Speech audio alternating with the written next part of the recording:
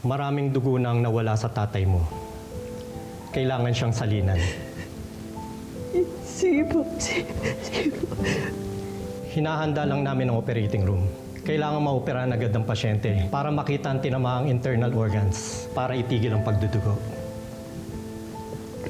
Sige po, Dok. Gawin niyo po lahat na pwede niyo gawin. Iligtas niyo po ang tatay ko. Huwag niyo po siya pababayaan. Excuse me.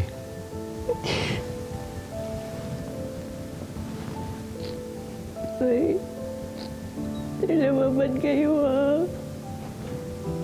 Huwag niyo ko iiwan. Huwag niyo po ako iiwan.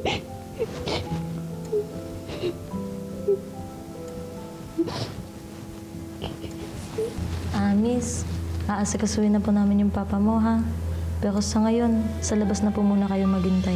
Sige na po. Huwag niyo mapabayaan tatay ko, ha? Pagalingin niyo po siya, ha? Opo, kami po ang bahala. Dito po tayo. Ay, lumapagpit tayo, ha?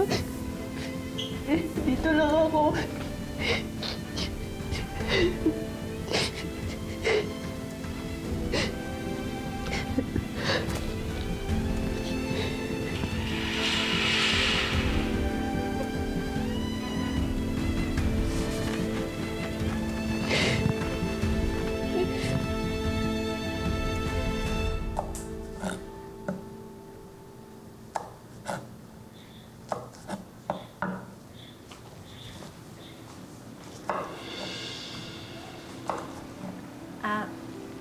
Manang, kami na rin.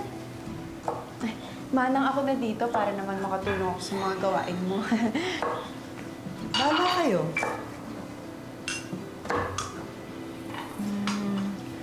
Matagal na kayo rito, no? Naabutan ho ba ninyo yung anak ni Ma'am Dayan? Yung Bianca? Alaga ko yung batang yun.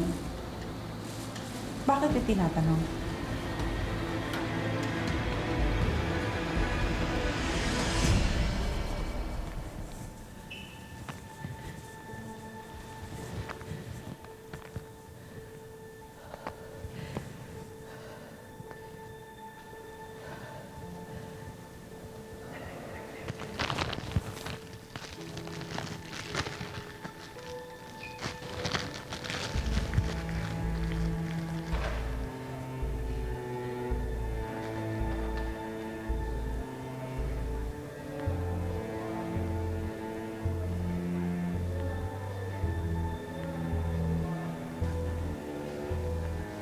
Wala.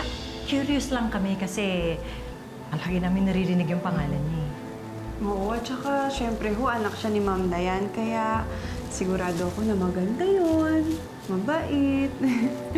Totoo po ba?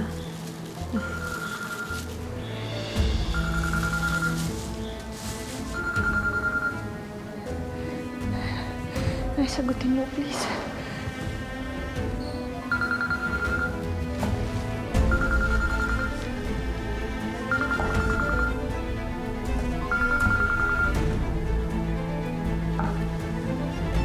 Hello?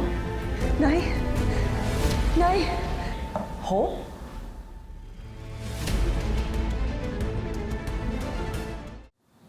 Di ba siya si Hope? Huwag kang tatawag dito. Wrong number ka. Hindi to sa Hope, pero nanay niya to. Nay!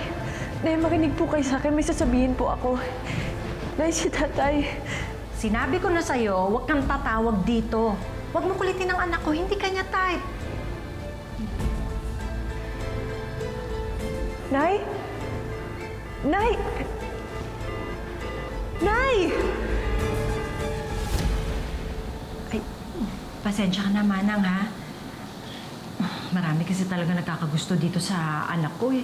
Kaya minsan pati ako tinatawagan nila. Opo, pero hindi naman po ako nagpapaligaw. Mas gusto ko po na matulungan si nanay at tatay. Napakabait talaga nitong anak ko, no? Sigurado ba kayo? Ayaw niyo nang tulungan namin kayo? Kaya ko na to. Sige Sa po. labas namin na kami.